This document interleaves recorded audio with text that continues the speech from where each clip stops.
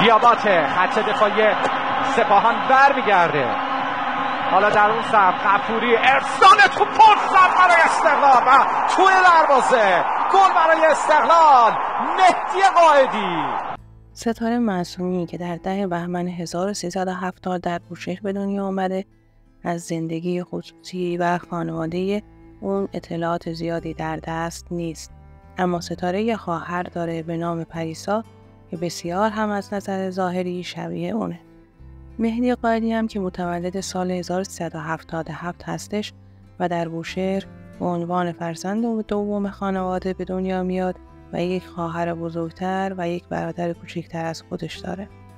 مهدی قائدی در دی ماه سال 98 در 21 سالگی با خانم ستاره معصومی 28 ساله با فاصله سنی 7 سال ازدواج میکنن.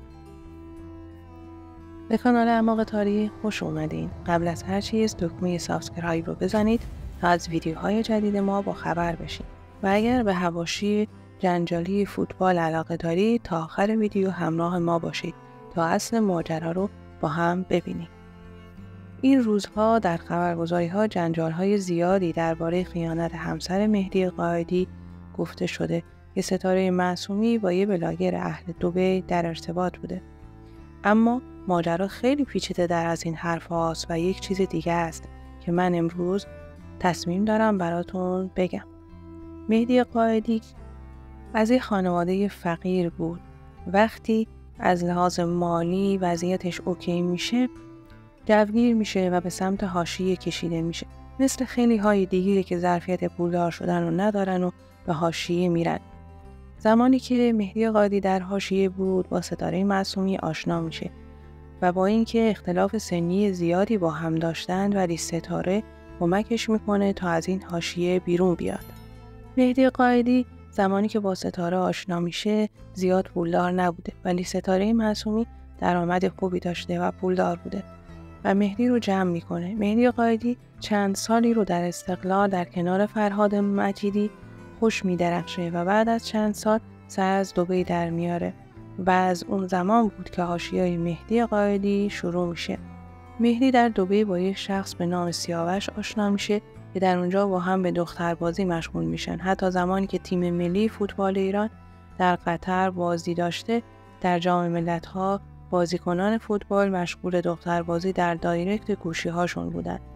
مهدی قائدی هم یکی از اونا بوده و از این طرف ستاره معصومی مچ مهدی رو قبل از بازی‌های جام ملت‌ها با چند دختر میگیره و بعد از اون بوده که مهدی قائدی وقتی به قطر میره بدون زنش میره و با یه دختری به نام سایه به قطر میره.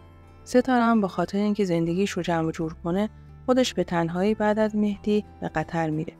مهدی قائدی یه خونه داشته توی دبی. زمانی که ستاره به خونشون در دبی میره ببینه که مهدی قائدی با 3 دختر در خونه هستش و یکی از این دخترها هم دوست صمیمی خود ستاره بوده.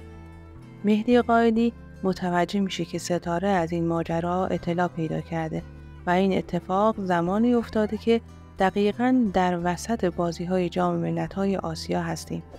لطفاً ما رو سابسکرایب کنید و اگر دوست داشتید لایک کنید و نظرتون رو برامون کامنت کنید. امیر قنونی هم وقتی متوجه این کثافتکاری‌های مهدی قائدی میشه دیگه اون رو بازی نمیده و به میدون نمیفرسته. خیلی از شما هم زمان میگفتین چرا قلنویی مهدی قائدی رو در ترکیب نمیذاره؟ دلیلش رو حالا متوجه شدین؟